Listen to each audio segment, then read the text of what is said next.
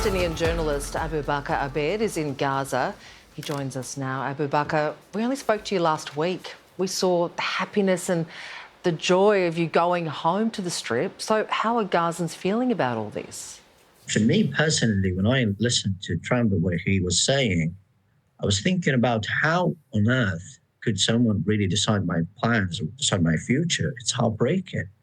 I've stayed here. I've survived 14 months of war, 14 months of absolute horror, and I didn't really lose hope at all. And then Trump wants to take me out and clean all the entire Gaza Strip from people. That is beyond comprehension. I don't know how that can be possible. Gaza has been turned into a wasteland. People have to know that.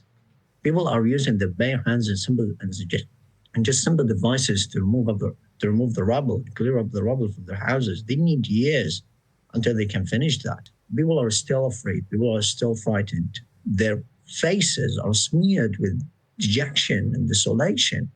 People are not aware of that. People don't know that we, as Palestinians, have borne the brunt of this war, although we were not a party to it.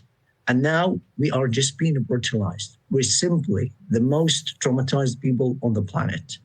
Now, I can tell you, I don't feel a human at all. I don't feel a human at all. People are here just trapped in a bubble of terror, in a bubble of suffering and pain that is endless. Abubaker, it appears that the world seems to be talking about you and not to you once again. So let me ask this. Would you want to live anywhere else? Look, I had the chance several times during the war to leave Gaza, but I did not. Because I'm rooted here. I'm so much connected with this land. I can't leave it. My heart is planted here. Either I will die here, under the rubble of my home, or under the rubble of my homeland, or I will not ever think about leaving. Because people know that they will not have peace, they will not have comfort and tranquility anywhere across the globe. Not Egypt, not Jordan, not any country across the globe, except here in Gaza. Why are people focusing on us as subhumans, as people who don't have any importance at all? It's disheartening. It's depressing. It's unbelievable that we are going to be ethnically cleansed from Gaza. That is unacceptable. I don't know how the world would react. Abubaker, you might be, I guess, a touch reassured to hear that the response from the world so far has been a pretty clear and thorough rejection of this proposal from Donald Trump. But all that aside, there is a ceasefire in place right now and it's famously fragile. Are you worried this sort of intervention could jeopardise the ceasefire in the here and now? Absolutely, because that's what I've been expecting. People know that this war might be resumed at any point, at any juncture.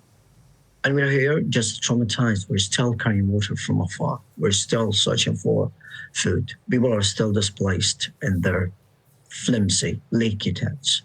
And we are still shivering with cold and fear every single day. I see in front of you a glass of water or a cup of water that is not available here. That is hard to find here. It's so cumbersome to find water here. And even the water is available is contaminated. This is the peak of dehumanization. But as far as this continues, we would prefer death, just death.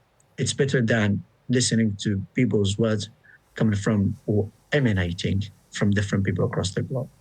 Abubaker, as always, very powerfully put. Thank you very much for giving us an insight. Thank you. You're welcome.